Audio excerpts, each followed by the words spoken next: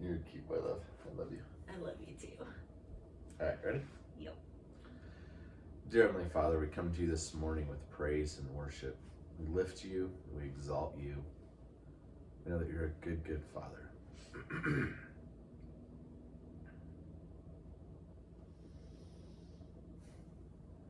We seek your face.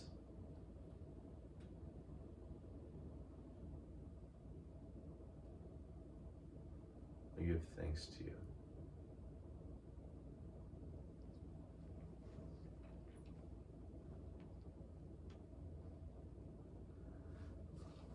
Dear Lord, we just ask for your intervention in our lives, that you would teach us more of who you are and who we are to be. That you would direct and guide our steps.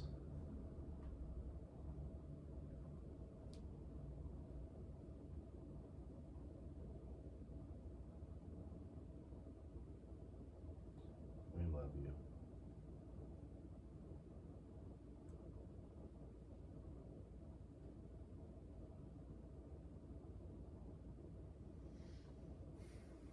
And dear Lord, as we just see all the things going on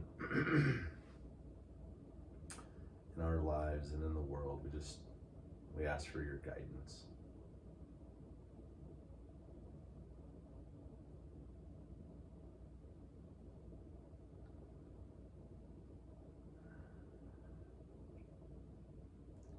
There's just so many things, dear Lord.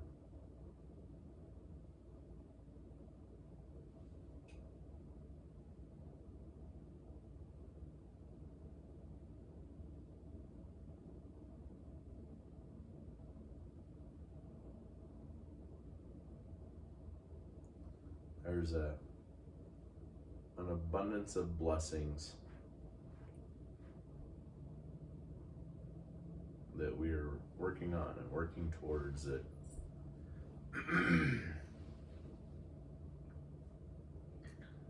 we just see you.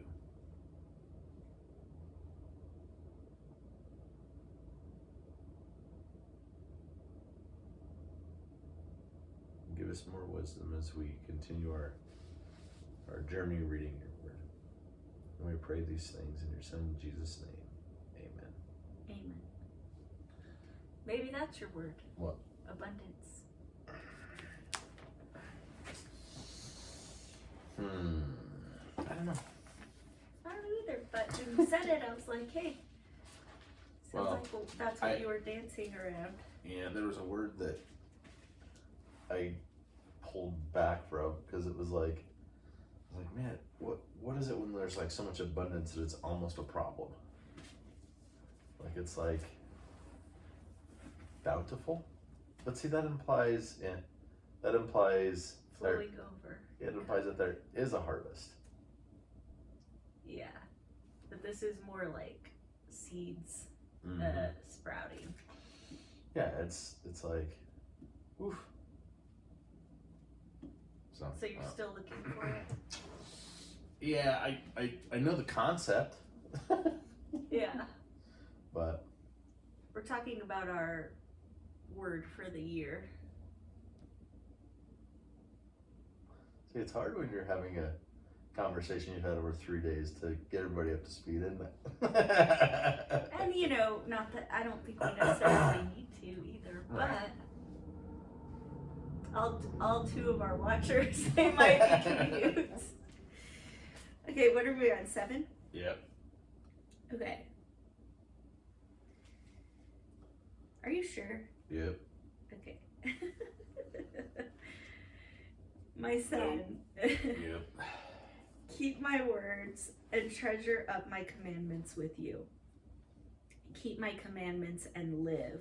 Keep my teachings as the apple of your eye. Bind them on your fingers, write them on the tablet of your heart. Say to wisdom, you are my sister, and call insight your intimate friend. To keep you from the forbidden woman, from the adulteress with her smooth words. For at the window of my house I have looked out through my lattice, and I have seen among the simple, I have perceived among the youths, a young man lacking sense, passing what? This is what we were just talking about a minute ago. We were? Yeah. About wisdom and white hair and Oh, yeah. young men. Yes. And old woman skin. I have perceived among the youths a young man lacking sense passing along the street near her corner, taking the road to her house in the twilight in the evening, at the time of night and darkness. And behold, the woman meets him dressed as a prostitute, wily of heart. She is loud and wayward. Her feet do not stay at home. Now in the street, now in the market, and at every corner she lies in wait. She seizes him and kisses him. And with bold face she says to him, I had to offer sacrifices, and today I have paid my vows. So now I have come to meet you, to seek you eagerly. I have found you. I have spread my couch with coverings, colored linens from Egyptian linen. I have perfumed my bed with myrrh, aloes, and cinnamon. Come, let us take our fill of love till morning. Let us delight ourselves with love. For my husband is not at home. He has gone on a long journey. He took a bag of money with him. At full moon he will come home.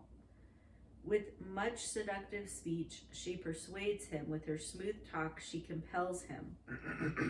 All at once he follows her, as an ox goes to the slaughter, or a stag is caught fast, till an arrow pierces its liver, as a bird rushes into a snare. He does not know that it will cost him his life. And now, O sons, listen to me, and be attentive to the words of my mouth. Let not your heart turn aside to her ways.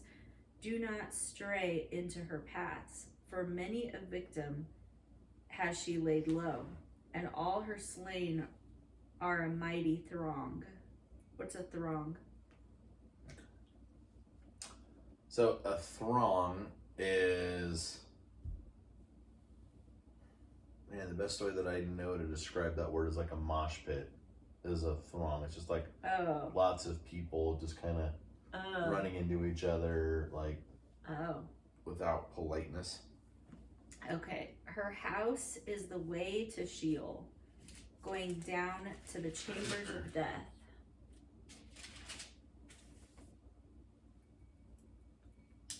That's that, my dear. Dear, what'd you get? I'll tell you what, I got those kind of interesting. Okay, go ahead. Did you get anything that you want to talk about first? Nothing first. I mean, Okay. things Okay. stood out as usual, but. So the thing I think is interesting is she's like, hey, come over. I just paid the penance for my sin and I'm all fresh out of sin. So let's go make some new sin. Huh. Because she said, I've just come from paying my, let's see. I noticed that, but I didn't realize that's what that was about. Where did it go? I had to offer sacrifices and today I have paid my vows. So now I've come out to meet you. It's like, wow. It's like. Is that what that means? Yeah. I think so. I'm 99% sure. But it's like, hey, I just went to confession. I'm all confessed out. I guess I don't understand what the point of saying that is. Like, how would that lure somebody? I have no idea. But there are lots of people that do the same thing, though. It's like you commit sin, violate a trust, whatever the case is, you repair it, and instead of fully repenting and going, hey, I'm not going to do that anymore, it's like, whew, I'm out of that trouble. And then it's like you fall back into the same behavior pattern over and over and over again. It's like, I mean, the best analogy I could probably give is like somebody who's an alcoholic or an addict. It's like, I'm never doing that again once they get sober. Mm-hmm. And then it's like, they're right back into it. Mm-hmm. Like, I just think it's kind of interesting that that's the part that really, that and the young men are stupid part, I I think is the other thing that I think is interesting. Those are the two things that I'm like, yep, both those check. Well, yeah, that's interesting.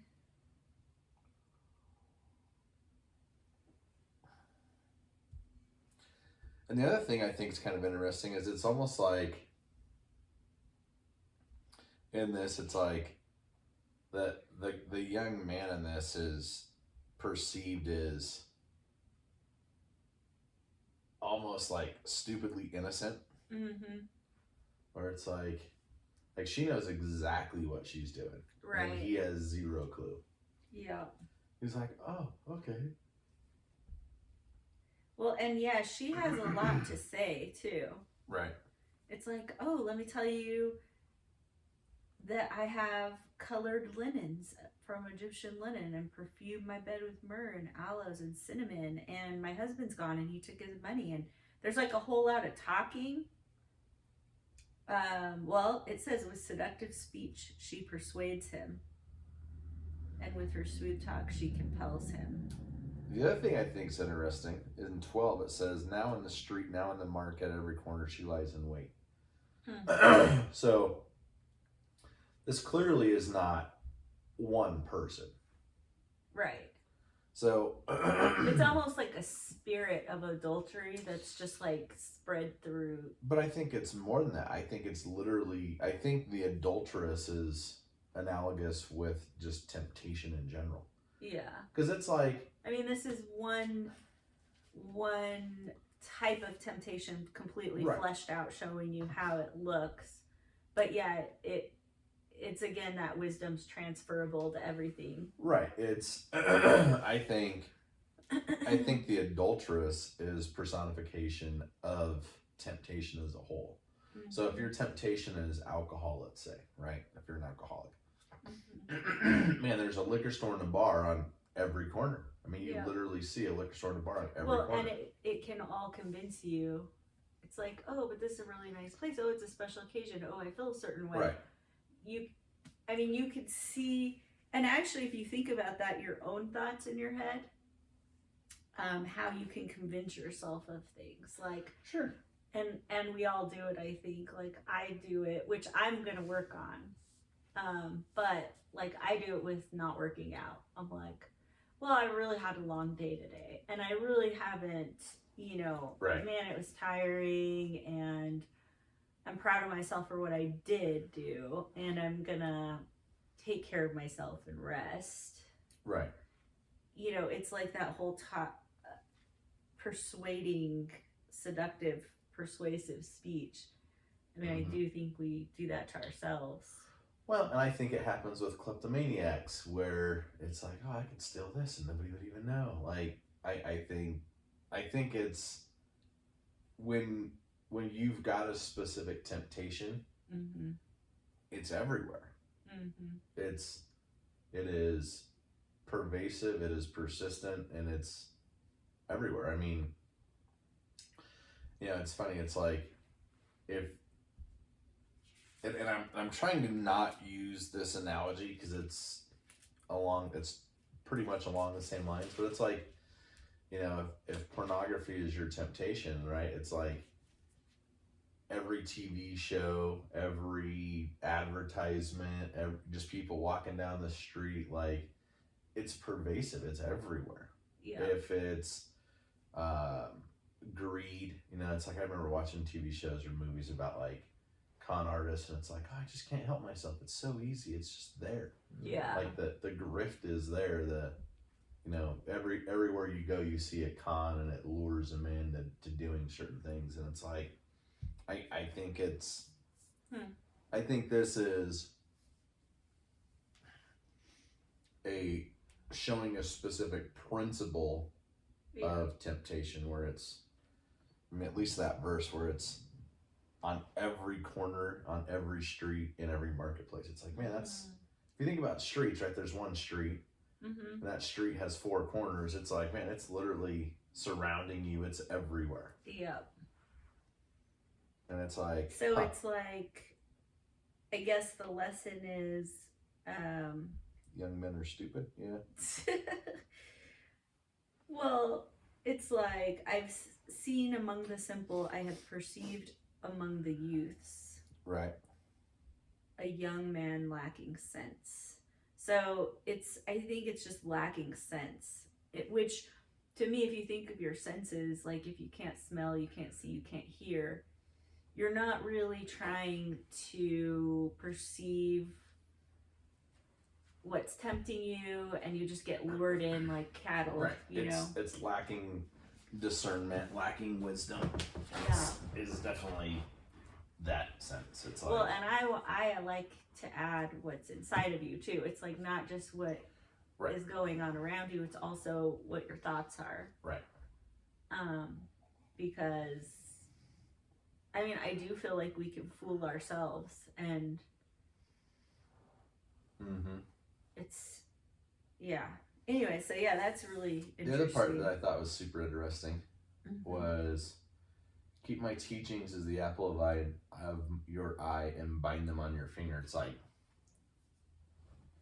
it's kind of like, is that where wedding rings come from? Oh, I don't know. could be. I think it's interesting. It says on your fingers. So yeah, you're not messing around. If you have wedding rings on all your fingers. Well, no, but the whole point, I mean, if you think about like a wedding ring, it's like you see it all the time. Yeah.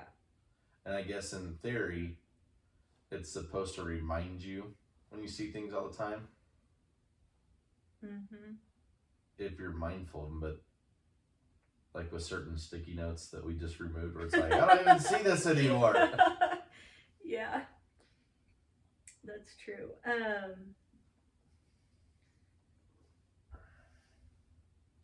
Yeah, and it's like, how many people keep God's commandings and teachings, or commandments and teachings, as the apple of their eye? That's a pretty strong love, desire, focus.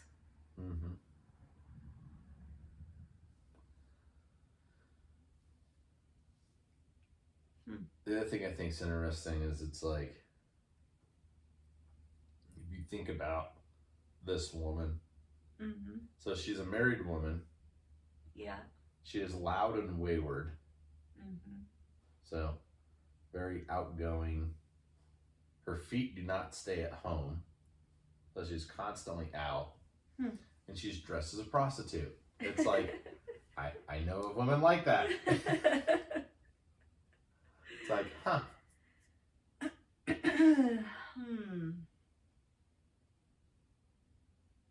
Interesting.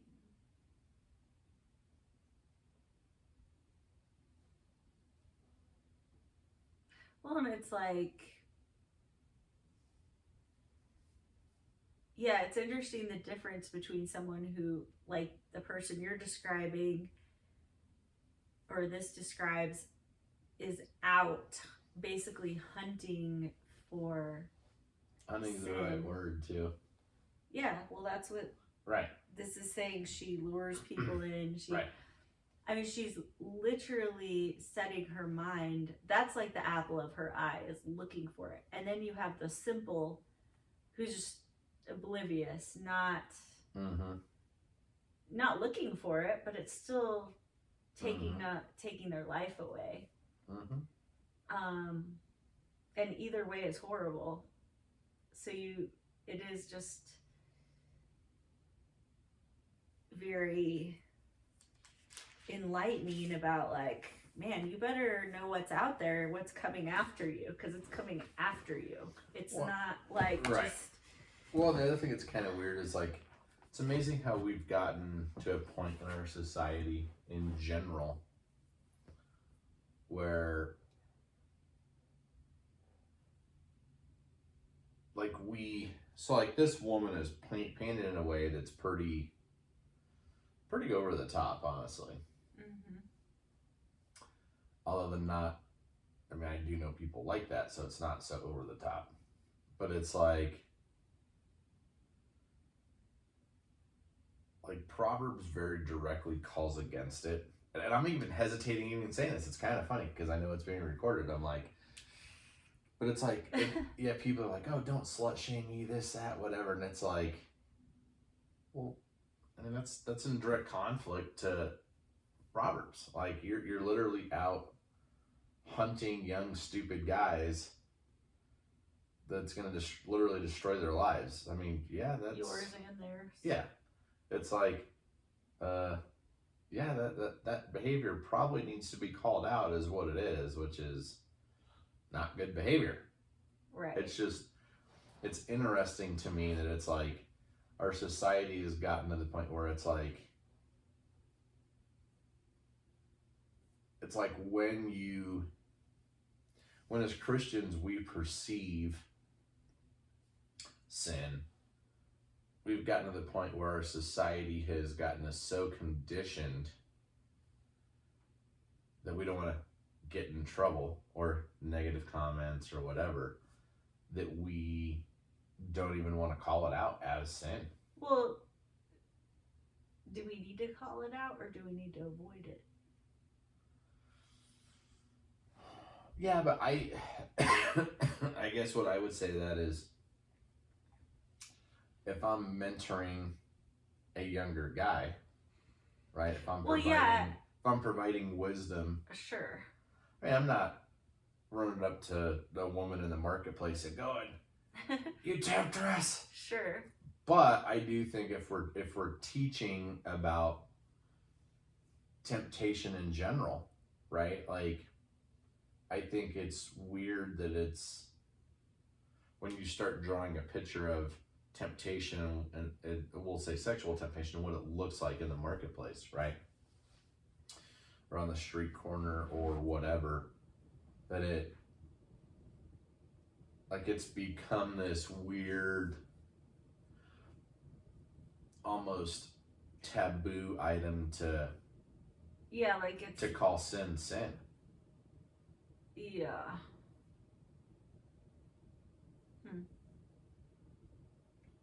Well, I guess so. I don't know. I'm trying to think of an example of what you're saying. Well, okay. So there are people that say, "Oh, shoplifting's okay." Yeah. Because it's a small amount and they're trying to feed their family. It's like, no, that's theft. Like, theft is theft. Like, right. Stop. Why are we it? Why are we excusing it?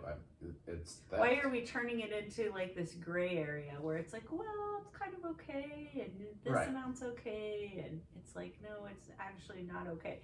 It just opens the door to sin. It's like, okay, well, if that's okay, then I'm going to do this because now it's like luring me in. Well, I mean, if stealing $1 is okay, why is stealing $2 not okay? Right. Like, so now we have some arbitrary threshold of, if it's $99 or less in value, wait, is that retail or wholesale value? Is that, it's like, it is, okay, so greed is okay as long as, it's like, if you're a millionaire, you're okay, but if you're a 10 millionaire, you're a bad person. It's like, so where's that arbitrary number at? Right. And why is there an arbitrary number? Well, and this makes me think too, like, when he's explaining, or this is seductress, it's like, it just makes me think of like dads and their daughters and what do you allow? And how disciplined are you? And why? Because I don't know. I think of my dad. He seriously would make me change all the time. Mm-hmm. And he did help me understand, like, why I should not dress a certain way. And it stayed with me. But it's like, some of that stuff, I mean, it is a good question to ask yourself, like, why am I dressing the way I do? And not just like if it's like a prostitute, like what it says, but like just in general. Right. Like, what are you putting out there? What are your beliefs that you're projecting out to the world with what you're wearing? Well, and it's funny because it's like, well, because I want to. Okay, well, why do you want to? Right. because I just feel comfortable. It's like, you feel comfortable being cold in the wintertime? Like, does that make sense? And it's like, okay, so is it because you like the attention? Is it the kind of attention that you actually want to attract? Like, Right. is that what you want to be valued for? Like, Right.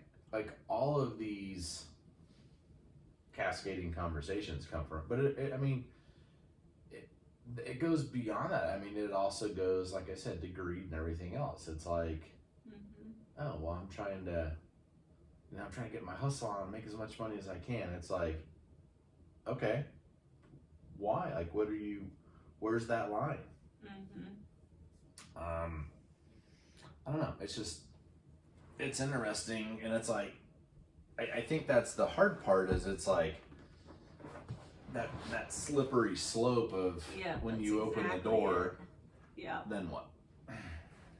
You know, it's like, you've really got to be disciplined and like very conscious of at all times. It's like, this is not, you can't really take a break from being discerning and making, like, being in the present moment, making choices, because every single choice you make could lead you closer to that slope that you just fall down, or well, and it's just to a good place, you know. Right. And I think it's, you know, when you look at society, right, it's societal context as well. It's like, oh, well, society decided. It's like, no, somebody in society decided and everybody else went along with it. It's not, you know, nobody asked me to vote on what dollar amount of theft is acceptable. Right. You know, there wasn't some little sliding scale of, and then it's like, I don't know. It's really, really interesting how those things are so pervasive that we just look past them a lot of times. Yep, it is. I think if you keep asking the question why, a lot, I mean, it's like when you start unraveling that onion and go, well, why? Well, this is what I want to wear. Why? I mean, I can just imagine your dad, you know, you think it's okay to go out like that? Yeah. Okay. Well, yeah, it's not. Let's talk about why, right? So, you know why I want to dress sexy? Oh, why? Right. Why do you want to dress sexy? What's that going to attract, you know? Right. Yeah, it is important.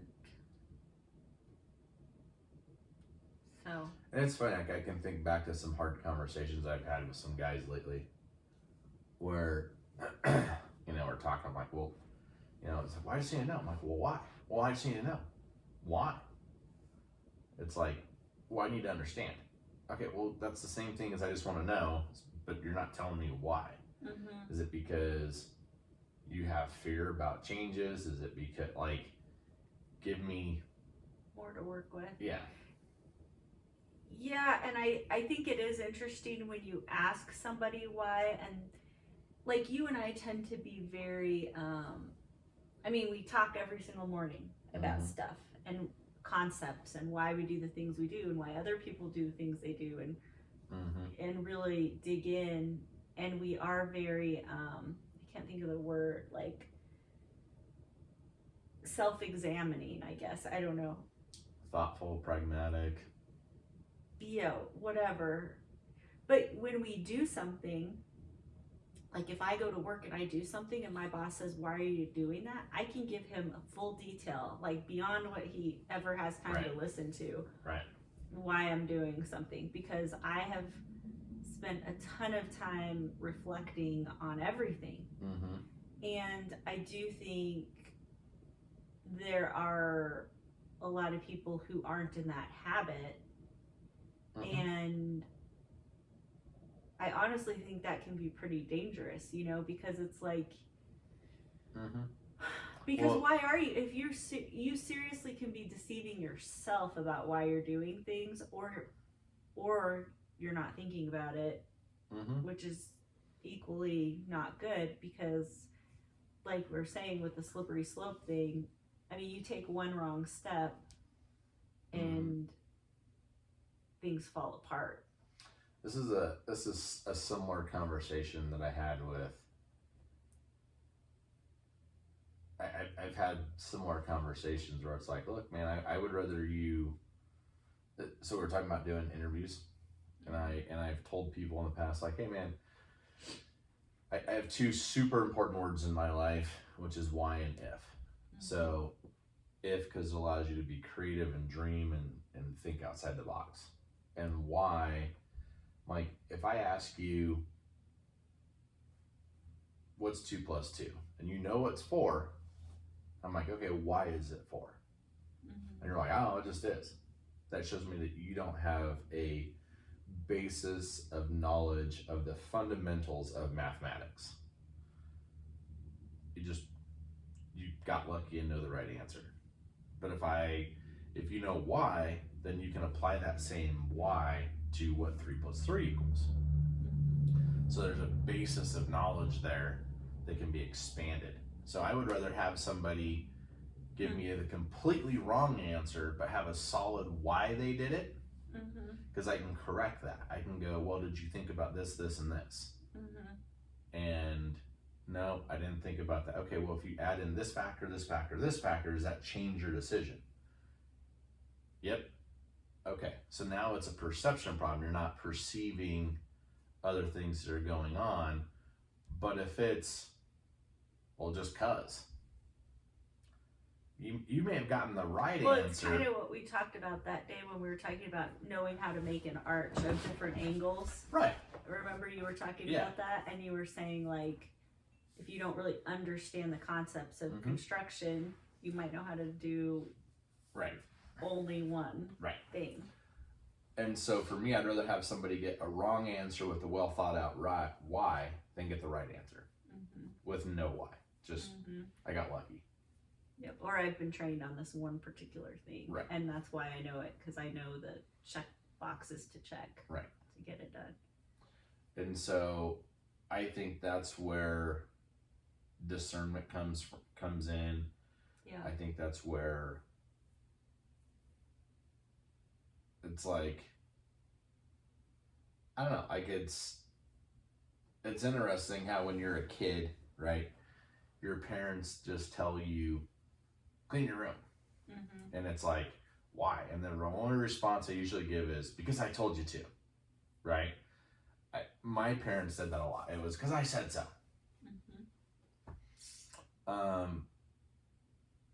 And it's because they didn't want to engage in long drawn out conversations because they were busy and whatever. Yeah, I mean they were working plus farming plus had 3 boys in the household roughly the same age. I mean, I could see how that'd be exhausting, right? But honestly, I think, stepping back now, looking at that interaction as an adult, I would have much rather had a why of, hey, look, the reason why you should clean your room is because when you're looking for something, it's easier to find. If you put everything away, you know exactly where it's at. Your room's clean. You're not stepping on stuff. You're not frustrated when this happens. And having ingrained that why in me as a small child would have done more for me than just because I told you so. Because I go to my office now and I'm like, why is my room like this? Why is my office like this? And that's why. Is because that why wasn't baked into me as a small child. I don't understand. I flirt with the principle. Like, I know that if my office was clean, I wouldn't be as frustrated from time to time. I know that, but it's not baked in yet. Right. Does that make sense? It does. Well, and I think that once we identify something like that in ourselves that's not baked in, that should be, it's really good to engage in it and, read about it or talk to somebody who's good at it and you have to bake it into yourself. Yeah, you have to intentionally work at it, right? Yeah. I don't have to work at breathing. That comes pretty naturally to me because that instinct is baked in. Yeah. So, just like, this is but just like driving. I mean, there are lots of people who just get in a vehicle and drive and they don't think about driving because it's kind of become this unconscious action, right? I mean, you're not, whereas you take somebody that's just learning how to drive and it's like, you know, it's funny just using the excavator for the amount of time I've been using it doing the trench. Like when I first got on it, it was like, okay, what does what? Like, okay, this does this, this one does this one does this, and you have to think about it. I have noticed recently that there are times where my mind is just off somewhere else, and I'm just going through the motions. And ironically, when I take time to stop and think about it, it breaks again. Yeah. And that machine has ran about 20 hours because there's a little timer on it, tells you how long it's run. So in roughly 20 hours of time, I'm developing some muscle memory. Automatic, and and it's like, in the beginning it's rough, but it's, hey, I got to get this done. I got to think about it. I've got to force myself to. So those kind of conscious. things are things that need to be prioritized in your mind before you're ever gonna engage. Right. Because I mean, I've cleaned my office, and then it's like I go back a week later, and it's like, don't. Yeah. But I think it's because. Well, and you know, ironically, what you're talking about is kind of the same as like when you're saying like you wish your parents would have slowed down and explained the why so it could get baked in. That's actually also, in my mind, one of the solutions to being messy and not having things put where you want them is slowing down too. Anytime we can slow down to do something important, it makes everything else more efficient after that. Right. So it's like to slow down, because I do that. I mean, I know you see me do that with my keys all the time. I'm almost annoying to people because I'm like, can I have my keys back? Because people are moving my car around here all the time. Because I already know I don't want to deal with that mess later of trying to find my keys. I'm glad I don't have the looking for keys issue. I know, not at all. I'm not picking on you by bringing up that example. No, but I'm just saying. I totally agree. I mean, like, and I thought about, I'm going to put hooks in this cabinet so I never lose a key. And it's like, well, let's be realistic. Like I'll go, oh, there's a spare. I'm just going to go grab this spare. Right. And then now I've got no keys for the vehicle because I'm like, man, where'd those go? Right. And it's literally because it's just. Yeah, you're moving from one thing to the next, right. And really it does not take, it doesn't take more than like 3 minutes out of your day to slow down. Yeah, it doesn't. And say, okay, let me be intentional about where I'm putting these. I like them here because it's where I can always find them. Right. You know what's interesting? I would be interested to see if this actually holds true. But if you go back to the 10 Commandments, it's like, you know, don't murder, don't covet, don't commit adultery, like all these things. I'm like, I wonder if you, so those to me are clean your room, right? And then if you go through, I'll bet you can find verses that very intentionally in the Bible support the why. So Proverbs 4, 5, 6, 7 is, here's why you don't commit adultery. Like it's more of the why, the thought process behind the commandment. I'm sure there's one about murder. I'm sure you can go. There's tons about murder. We've even just. But I'm just saying, I'm sure you can go through those commands. And then there's support all and then throughout the Bible. Find the whys those commands exist. I agree. Well, or even with, the 3 things that Jesus told us are important to do is love God above all, with all your heart, with all your mind. Love people and yourself. It's like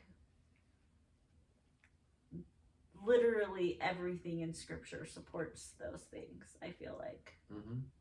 And I think you could make a case study of, why, right? Yeah. So it's like, well, why am I supposed to love God first? Okay, well, according to this verse, this verse, this verse, this verse, this verse, here's what happens if you do, here's what happens if you don't. Yeah. Here's your whys. Here's your, your causes and effects that support that. Because I mean that's and that's like when you think about work too, or when I think about work, that is when our agents do well, is when we do a good job of helping them understand why. But when it's like, just hit this number, hit this number, hit this number, it's like that no one's gonna connect with that. No one's gonna get it. It's not gonna internalize. You're just wasting your breath, really. Well, and it's funny, like I'm now having all these thoughts in my head about work too, because it's like I'm thinking about my technicians as we get ready to go through this like super busy period. You know, all these guys are like, well, equipment's going to be our biggest thing. Equipment, material supplies, And I'm like, well, what's the resolution of that? And it's like, I've already given you the resolution. You guys need to count on a daily basis so that I can get stuff constantly in the mail to you, just not in the habit of doing it. So the why you need to do it is this, but you're not going to. You're going to run out of stuff, then you're going to be frustrated. Like, I already know what's going to happen. And it's like, I've already identified the problem and given you the prescription to solve it. You're just not engaging in the activity to fix it. And I'm sitting there kind of scratching my head going, why won't they do what they need to do? And it's like, man, how much is God like that? Where he's like, why won't they do what they're supposed to do? It's like I've given them the rule and the why. Well, so what is that? So what are you arriving at from that? That you should ask them why or find out why? Well, their response is, well, I'm just lazy. I don't think of it. I mean, it's literally, it's not that it's too hard or complicated. It's, I don't want to. I don't. Yeah, and that's a pretty hard answer to receive because. I mean, I'm boiling it down, but I mean, that's what it comes down to is like, oh, I just don't think about it. It's like, okay, so you have this massive worry and this massive fear that you're not doing the littlest thing to resolve. Right. And it's like, God's like, you guys do the same thing. Like I've given you. We all do it. Yeah. Really. Right.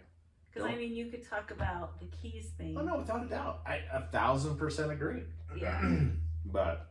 And trust me, like I'm talking about like the working out stuff, and really like I'm not super frustrated with myself right now. I just need to start doing it. Right. But it is interesting. Just. Well, I think about how much. When we moved in up here, I was like, oh, there's not a gym nearby. How are we going to work out? And I'm like, I'm in better shape than I've been in for years. And I haven't gone to the gym or even gone downstairs to our gym once. Yeah. And it's like, I mean, I can give you a workout. Here's a shovel. Yeah, I'll do better at the gym. But it's just funny. It's like, like, yeah, it is. And yeah, so I think why, that's a really important question to ask ourselves about things we're doing or not doing, or other people. Well, and I think I think there's people in my life that I ask why a lot too, and it annoys them that I ask. Yeah. And I think part of that is, and I think it's just true of Christians and God as well. Man, God is such a good, patient father, person, figure. Because it's like, I can think of people that I work with that arguably are in a superior role, even though that they're my employees. And I'm like, hey, why are we doing it this way? That's just the way it's done. It's like, okay, why? Like, walk me through why we're doing it this way, because I have concerns about this and this and this that may not directly correlate to what you're thinking. And it's like, okay, why? Well, we just are. Okay, well, why? And I think it's really interesting that there's that offense. Yeah, it's taken out of context. I'm not questioning you. I'm trying to understand and learn. Right. So that I can improve. So I think a lot of times, and this is, whew. So this goes to the heart of religion versus relationship with God. Yeah. It's like if you ask a minister in some instances, like, hey, why does God say thou shalt not murder? Well, I just said don't question God, just do what he says. It's like,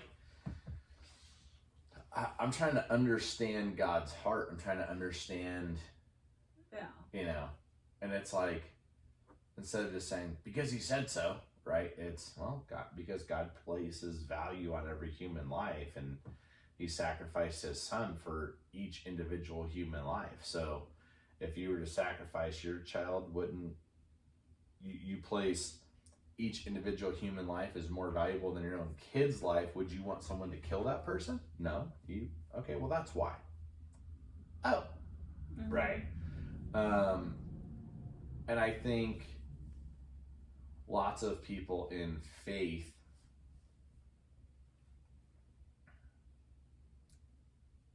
want to shortcut the answer as people are trying to understand the heart of God. Mm-hmm. And it's like, do you not understand God's heart? Is that why you say just because he said so? Or is it because, and I think you're there's busy, or you don't want to take the time, or whatever. And I think that's where religion comes in, because it's just obey a bunch of rules that are arbitrary over time, not the relationship and understanding the heart of God the Father. Right. What was your thought behind when you said God's patient? That he's such a patient father with us. Because he created a world and guidelines, then he told us the rules, Mm-hmm. then he provides ample whys. But if you ask him, well, why, he'll continue to reveal it. Like I was that kid that people would just shut up because I would ask so many questions. I'd ask why all the time. Oh, I could totally see that. I know you can't. I wouldn't have. I'm the kid that I would annoy people with why. Yeah. Because it was like, why is the sky blue? Because it is. Why? Because it's reflecting, light is reflecting the moisture content in the air. Okay, well, why? And I would push people to the edge of their knowledge because I wanted to understand. I could totally see that. How cute is that? But there's some people that just ask why just to annoy, too. Yeah. Right? And I'm like, That's no, true. I really want to understand. Right. But God will continue to answer those why questions as long as you want to continue to ask. Well, and I can tell you, in reading back my journal, mm-hmm. over and over, ask the same things. I Right. need reassurance on the same things over and Right. over. And I literally, it's like I get lost in how I feel or something, and then I forget what he already told me, and then he very lovingly tells me again and again and again Mm-hmm. until I get it. I'm like, wow, that is 100% true. Well, if you think back to like ancient Israel, the society did the same thing, right? It's like they just kept going back to the same thing. Well, and it's a good lesson for us too. Now I'm like, I'm being convicted. It's like, as a dog returns to its vomit, it's like, What do you mean? Well, just like, I know I should organize stuff better than I have, right? So it's like, I keep doing it because it's not important. It's like, and then there's a verse that talks about like a dog returning to its vomit, so the sinner returns to his ways, right? And I'm just like, yeah. Like how that doesn't serve us, how we don't learn and we continue to do the same things over and over again, which is honestly the same as this, going first full circle, because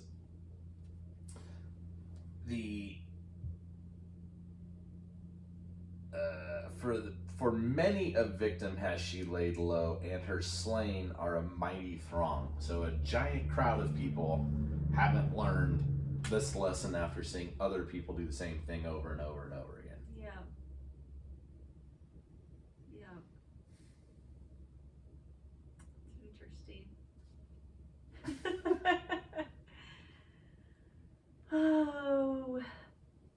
people. We are people, and people are very funny like that. It's funny. It's like we're predictable and not predictable at the same time. Like I can predict everybody has this where they don't listen Mm-hmm. and they don't learn from their mistakes and learn from the mistakes of others. But I can't predict what it's going to be about. Yeah. Bless you. Thank you, love. It's like I can't predict if it's going to be lust or murder or it's like there's all these things. Yeah. Or even just the smaller things you're trying to refine in yourself. Right. But it's like everybody has a base to, like everybody has a temptation or that, like they're predisposed to a lever that breaks them. And it's like, I know everybody has one, but I don't know what everybody's is. Right. But you could say, what? No, but the resolution to whatever that is the same prescription for it. Yeah. Mm-hmm. It's interesting. It makes me feel motivated to get my act together with some things. Yeah, well, I think that's what it's supposed to do. Mm-hmm.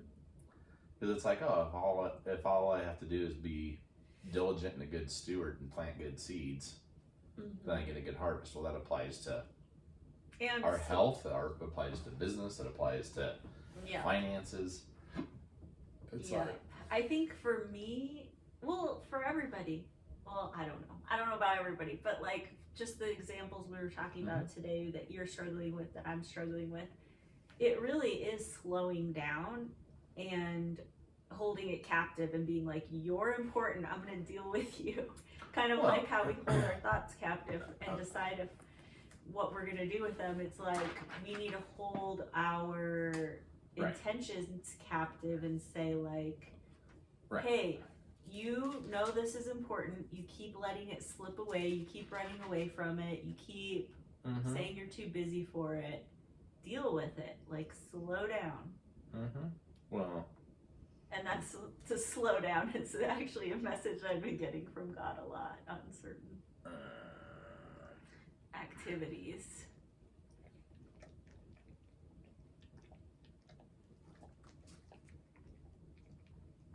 Well,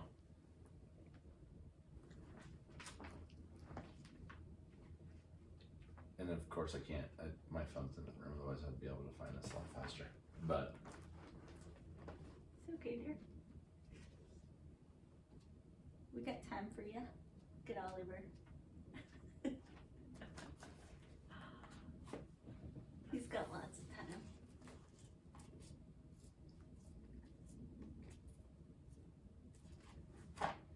and this might not even be the right reference actually, but we'll see.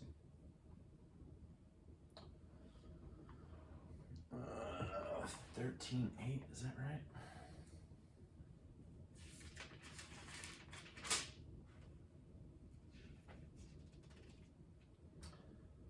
Nope, that's not it. I don't know. Happy Anyways. day after our anniversary. I was just thinking, man, I love you so much. No, I love you too. No, the reference I'm looking for where it talks about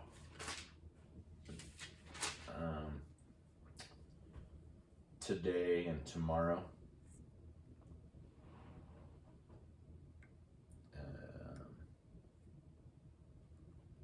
Matthew 6:34 maybe?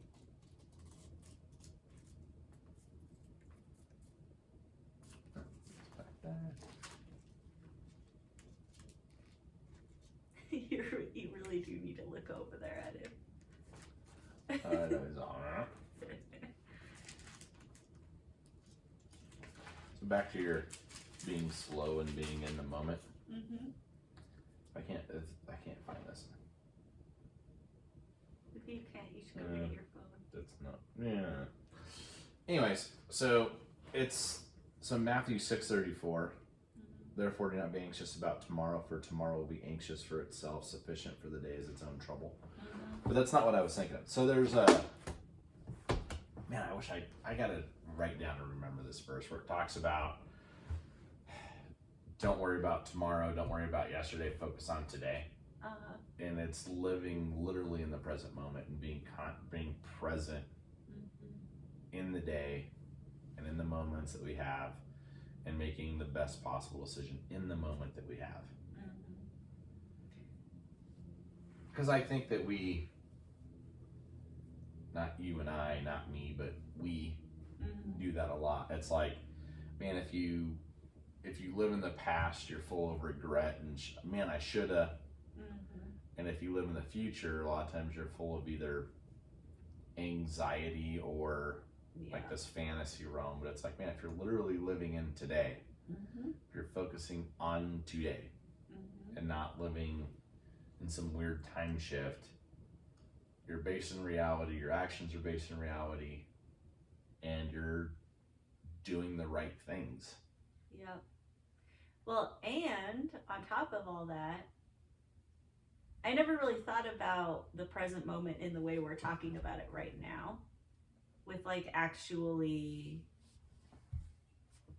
latching on to those things that we need to do or that we're trying to escape from, or we're too busy, we're trying to brush past them or whatever. But the way I usually think about it is, well, a few ways. Like, that's when you really hear people.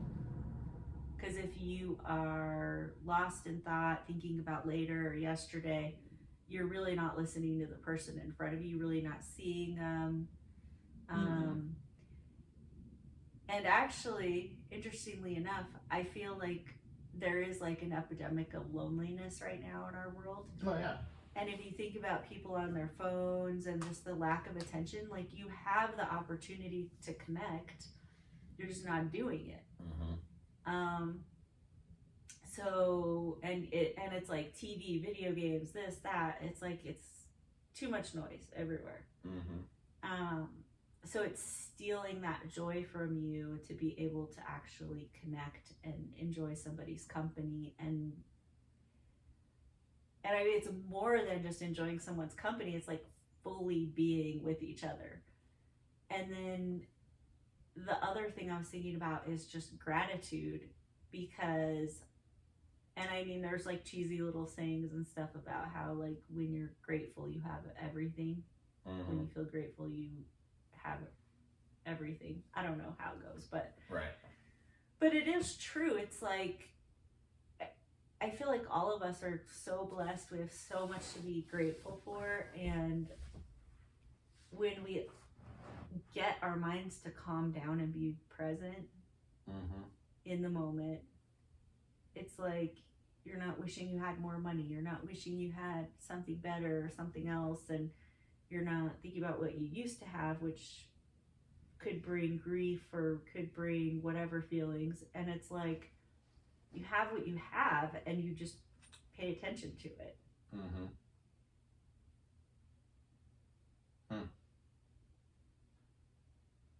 There's a lot to that, actually, a lot more than I ever realized. I agree.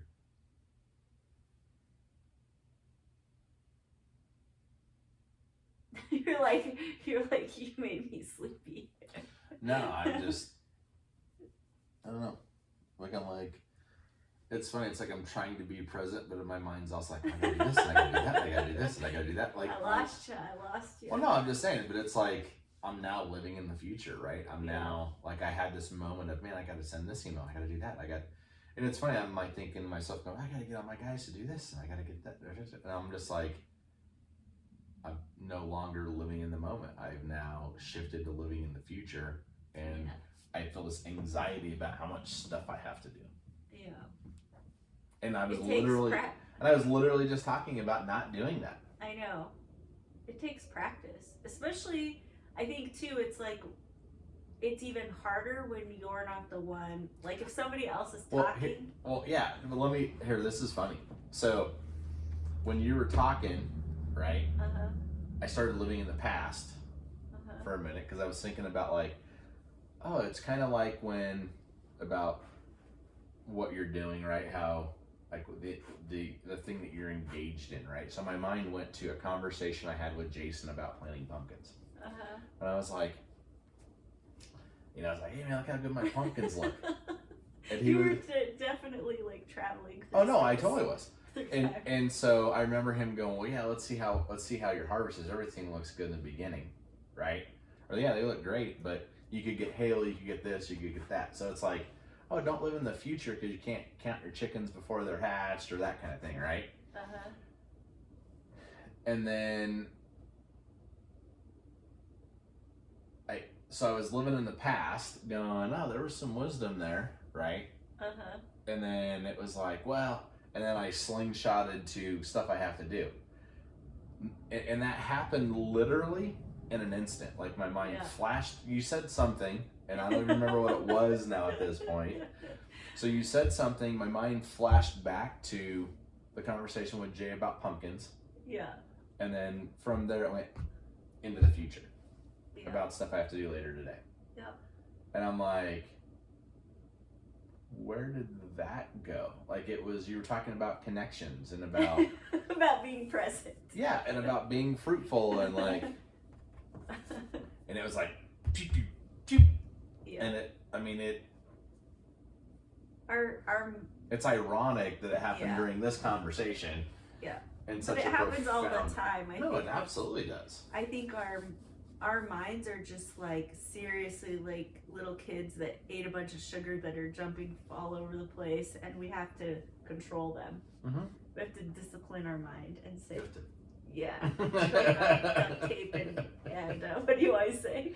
duct tape and NyQuil. Yeah, that's what we gotta do. Wow.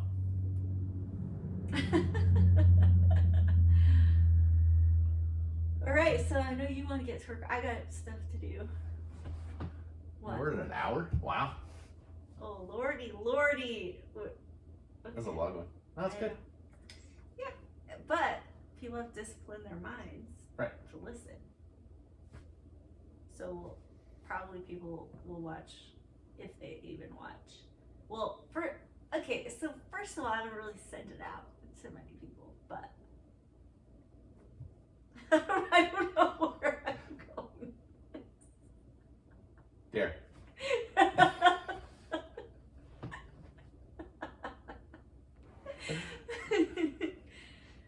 Oh boy. Are Anyways, you- we live. So I was starting to think of something about how we live in a culture that has very short attention spans of like, what is it, like a minute? Or I think it's less like than a 20 minute? seconds.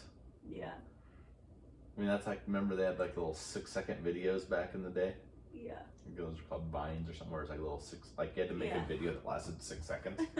Like, Yeah. So that's where we are. So,